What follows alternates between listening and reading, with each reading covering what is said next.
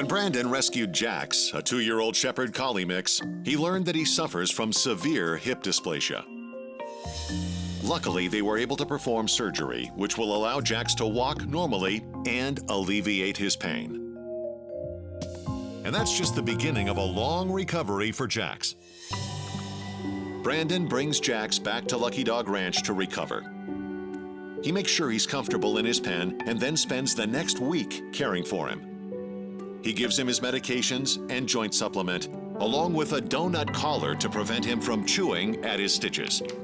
The hardest part about this all is the fact that he can basically put little to no pressure on his legs right now. So the way I deal with this is I have to make a sling. Okay, come on. Come on. All the way up. There you go. Good boy, good, come on. I know, it's tricky. I'll take all the pressure off, don't worry. Don't worry, I got you. I got you. So I start walking him out, and I'm literally holding about 99% of the weight off of his legs in the back end. Go on. We get out to the yard, and he looked very relieved that he was able to do his business. All right, here we go. This is the first step to a long road in recovery. There you go. Right up, there you go, good boy. While giving Jax some time to heal, Brandon identifies a potential adopter who has several other animals and no second thoughts about taking on a special needs dog. Would you want a dog that's had surgery like this? Because even though he's had surgery, it does not mean his legs will ever be perfect, you know? Oh, absolutely. Kim didn't even hesitate. She said yes right away. She knows exactly what a dog like Jax needs, and that's all I needed to hear. For the next 2 months, Jax continues his rehabilitation. And he's making great progress. He's building strength in his back legs, and his playful personality is coming out. It's been 2 months now since Jax's surgery. And although he's now walking on his legs, he still has a lot of recovery time to go. So today will be day 1 of a very long and strenuous physical therapy boot camp. And the first thing we'll be doing is water therapy. Water therapy is arguably one of the best ways to heal an injury, whether you're a dog or a human. You might like this. Take it slow. And the reason it's so effective is because there's little to no resistance on the joints. All right, start moving your legs. It's okay, it's okay. There you go, there you go. Just kick, there you go. Good, good. Kick, nice and smooth, good. So I lower him in the water and I start moving him back and forth.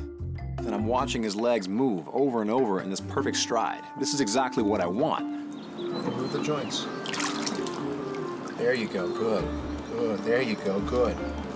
The blood circulating.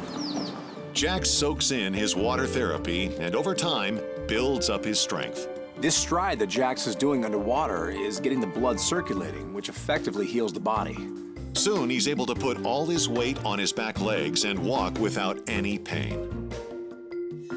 And we go down. This clears Jax for basic training. And in no time at all, he's united with his new mom. Oh my gosh, Jax! Hey, handsome! Hey! The West Valley Shelter just contacted me, and they said they have a Maltese mix they found as a stray. They say she's not doing well health-wise. Evidently, she has an upper respiratory infection. And on top of that, she's extremely malnourished. Shelters do the best job they can with the resources they have, but a shelter is no environment for this dog right now. She might not make it if she's in there any longer. Weighing in at a scant 5 pounds, 4-year-old Tweety is barely even halfway to her target size. You're too skinny. You're way too skinny. You can almost fit through the bars. Let me in. Yeah, you need to put some weight on, girl. That's the first thing I'm doing with you. Usually when dogs come back to the ranch, the first thing we do is start training. But in the case of Tweety, her health is much more important. Nursing Tweety back to health will require a specialized diet as well as a cycle of antibiotics to fend off her respiratory infection. Okay, come here. Come here. Even so, there's no guarantee she'll pull through. There you go. There you go. See? Done. The scary part for me is I now have this dog in my possession. Whether she lives or dies, now it's all up to me. Go on. You can eat. There you go. So at this point, I'm not a dog trainer. Right now, I'm a caregiver. That was the best meal you've had in weeks, huh? What have you been living off? Trash cans? You're all ribs and you're all spine. Over the next few days, Brandon continues Tweety's daily regimen. What do you say we go back and forth? I eat a piece, you eat a piece. Yeah? There, look at that. Perfect. I was just joking about that I eat a piece, you eat a piece thing. But packing on the pounds proves to be an elusive quest. All right, we still got a ways to go. Usually when I feed dogs, I measure the food. However, because of Tweety's condition, I decided to free feed her. I wanted her to eat as much as possible because she needs to gain weight now. So I used a food dispenser. But as Tweety approaches her target weight, her newfound love for food triggers a fresh issue. I was in the house eating, and Tweety was right next to me. And suddenly, out of nowhere, she shows me that her appetite is much bigger than what I thought. Hey. Hold on. I'm gonna eat in peace. Thank you. Something occurred to me. This dog never been taught a no command, so it's no surprise she's begging. So this is a perfect opportunity to teach her the no command. New word. You ready? I popped her up on the training platform, and I put a treat about 6 to 8 inches away from her. When she decided to go for it, No. I simply covered the treat up with my hand. That's not gonna get it either. Trust me. That's not gonna get it. Okay. No. The process gets repeated over and over. No. The good thing about Tweety, she's a quick learner, so about the 5th or 6th time, she wasn't lunging for it anymore. Okay. Good. Okay. Stay. After mastering the no command, Tweety says yes to learning the remaining ones. Come on. Tweety, come on. All the way. Good. There you go. And soon she's saying hello to her new forever family. I think she likes you, Lele. Yeah, she does. And I like her too. When Brandon started training Frankie, he at first thought the young beagle mix was just being stubborn. But it turned out to be something much more serious. Right now, the only thing I know about Frankie is he's really shy of humans. And he shows signs of basically a dark past that, if I had to guess, whoever his previous family was, they weren't too good to him. Brandon decides that he must perform an abuse test on Frankie. When doing an abuse test on a dog, the best way to find out if they've been hit is to wind up like you're about to hit them and see how they react. So I lift my hand up in the air, like I'm about to strike Frankie. It's okay. And instantly, he just runs away. Dogs that were never hit don't act that way. Frankie was definitely hit, and now I know. It's okay. It's all right. I can tell that's happened to you a few times before. And at least now, I can execute a different game plan and potentially get to that finish line. Don't worry. Those days are all in your past now. So it's time to start the road to recovery with Frankie. And I'll be doing it with a technique known as counter-conditioning. Brandon wants Frankie to see a raised hand as a good thing instead of a bad one. So with treats in hand, I have him on the training pedestal. The moment I lift my hand in the air, Frankie kicks into fight or flight mode. He instantly tries to run away. I quickly pull him back in. Okay, come here. And my mimicking motion of Frankie getting struck instantly turns into a pet, a praise, followed by a reward. It's not gonna hit you. Good. Frankie's quickly learning that a hand being raised can also mean affection. Oh my gosh. So time and again, I repeat the action. And every time I do this, he settles down a little more until eventually I can simply raise my hand and pet him and he's fine with it. After 45 minutes, it's clear that the counter-conditioning has worked. The fact that Frankie is okay with me, I'll take it. But there's a lot of people in this world. He has to be okay with them too. And to make sure that Frankie's new house will be okay for him, Brandon enlists the help of Chris Kaiser from Sponsor Turf Mud. Brandon asked me to come by, check out an adopter's home. Hey, how Hi, Chris. Hi, Lori. How you doing? How are you? Good to see you. Come on in. Thank you. She's in the dog business, so she's got a lot of dogs out back, which presents some challenges. So walking out back, I noticed that the dogs have taken a toll, as has the heat, as has the sun. She's had a lot of compacted soil. The plant matter is essentially gone. So we have a challenge ahead of us, a turf mite challenge, if you will, in that we're gonna have to find an appropriate turf grass. We're gonna have to find appropriate plantings to put out there. I know you're in a drought situation, and so we wanna be mindful of that, but get down the right planting that's right for you and your household and your dogs. My suggestion would be turf grass, only because it's very, very, very tough, and it'll take the traffic, it'll take the heat, but it's terrific space for your four-legged friends. Once we have that foundation down, we'll be able to add supplemental plantings, add some biodiversity, hopefully some flowering plants. Be great. Let's take a look at your front yard. Okay. Wow, this is a lush garden. Feel how much cooler it is out here? Yeah, and it's out back? fantastic. I love it here. That's more than just the shade. All this green and this turf will dissipate heat, and so it helps with the heat island effect. And so what we want to do with a living landscape like what you've done here is try to replicate this out back, but find something appropriate, right? For the dogs. For the dogs. We've got to find something tough and something that will withstand the wear and tear. We'll get to work in that backyard space and see if we can't get a terrific outdoor room for you out back and a space for the dogs to play. That'll be wonderful, Chris. My pleasure. Chris reports back to Brandon with his assessment. Hello. Hey, Brandon. Just checked out the house. It's good space for a dog, but it's going to take some work. I think we can help her out and create a great space for her and the dog. Thanks, Chris. Bye. While training with Frankie moves forward, the renovation team starts breaking ground, and soon the new yard begins to take shape.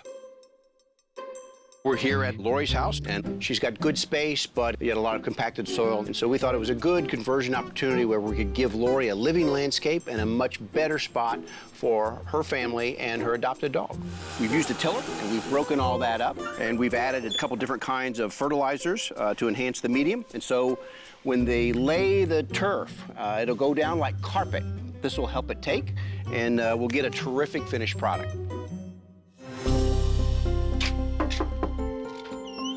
Lori, come check out your yard.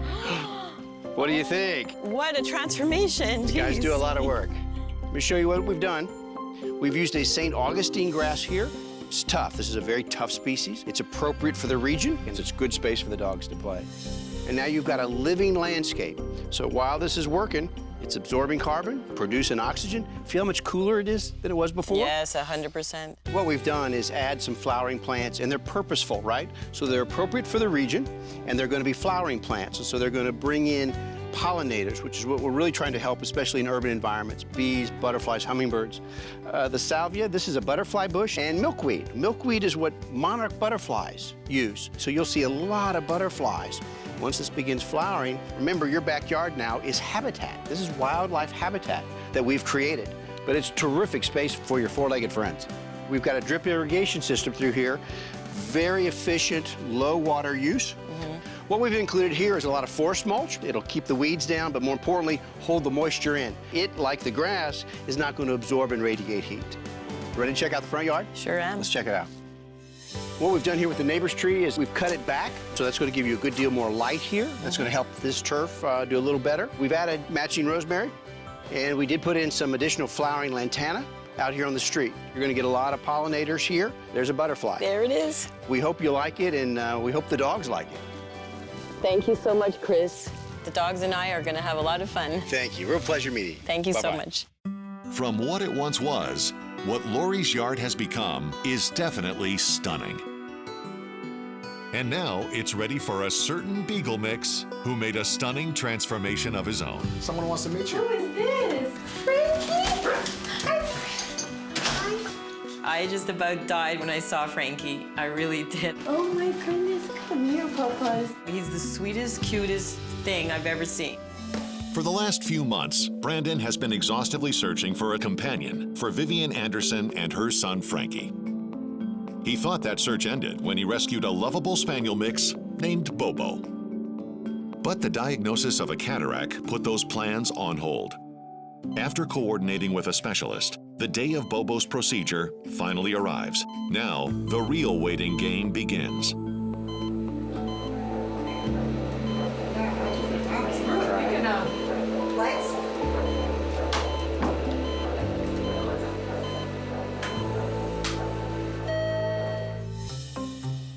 Over the next few weeks, Brandon keeps Bobo safely confined to a pen and maintains his health with a daily regimen of medication and supplements. 3 weeks after cataract surgery, Bobo is ready for his final checkup. After getting the all clear, he can finally trade his cone for a red training collar. All right, come on. Let's get to training.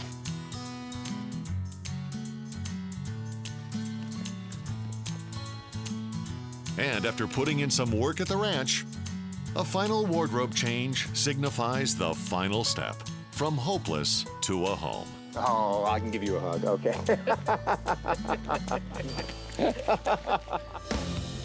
When Brandon rescued Bear, the year-and-a-half-year-old Great Dane had not been neutered. And because Great Danes are particularly susceptible to gastric dilation volvulus, or GDV, a potentially fatal stomach condition, the veterinarian recommended that Bear should also undergo a surgical procedure called gastroplexy, in which the stomach is secured to the abdominal wall, vastly reducing the chance that GDV will ever occur. Brandon is given special permission to observe this procedure.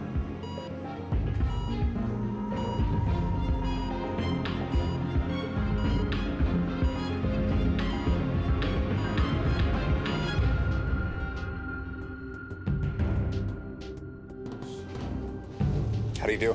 He did really well. Stomach tacked down nicely. So we're gonna recover him right now.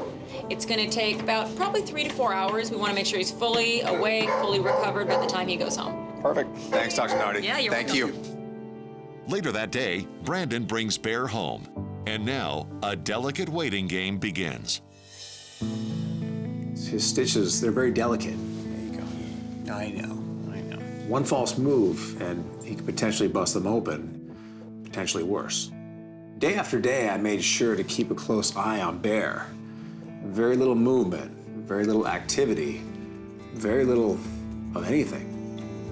And 2 weeks later, just like that, it's a day that we've both been waiting for. He gets his cone off and gets his freedom to be a dog again. Does that feel better? And it's finally time to meet the pack. And before long, his new mom. Some dogs start out being dealt a difficult hand in life. But with a little bit of love and patience, a successful recovery is possible. And when they have healed and find a new home, these grateful pups go on to be wonderful companions for their new forever families. From hopeless to a home. That's my mission. One dog at a time.